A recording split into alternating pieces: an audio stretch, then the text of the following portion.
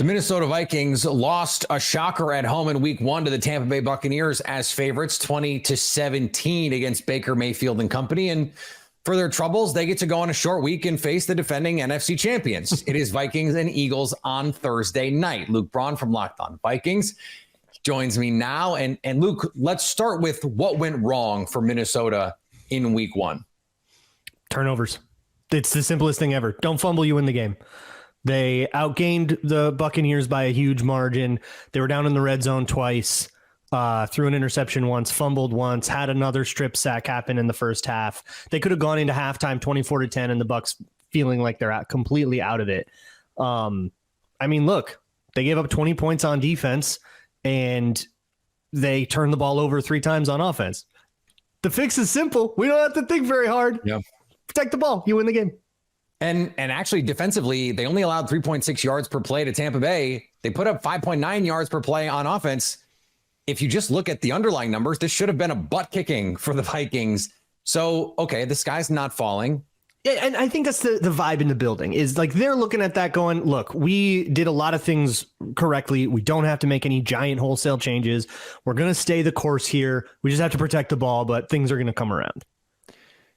Okay, so they've got to come around this week against the Philadelphia Eagles, who did not look great themselves in week 1, albeit against a really good New England Patriots defense, at least we think at this point.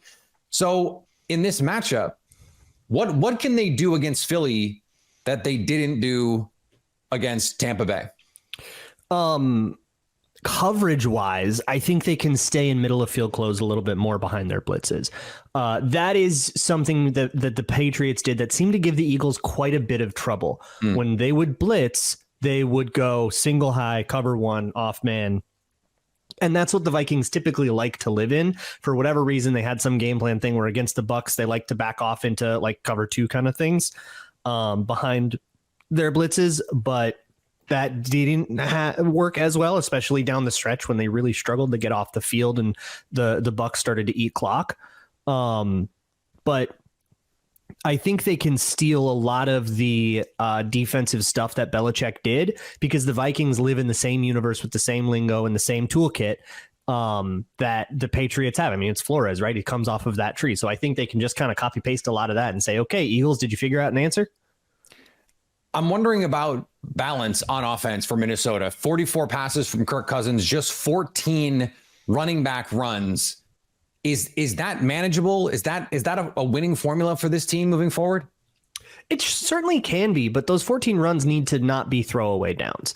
They spent a lot of effort this offseason in changing the way that they approach the run schematically, changing the skill players that they had to sort of to right, no Dalvin Cook. No Dalvin Cook, right? And they kind of just don't care. They're saying, okay, we're going to do a committee and that's going to be fine, right? Running backs don't matter. We got the analytics GM. I mean, come on. But bringing in Josh Oliver, committing more fully to a fullback in CJ Ham and all that, and then trying to use lead blockers a lot more.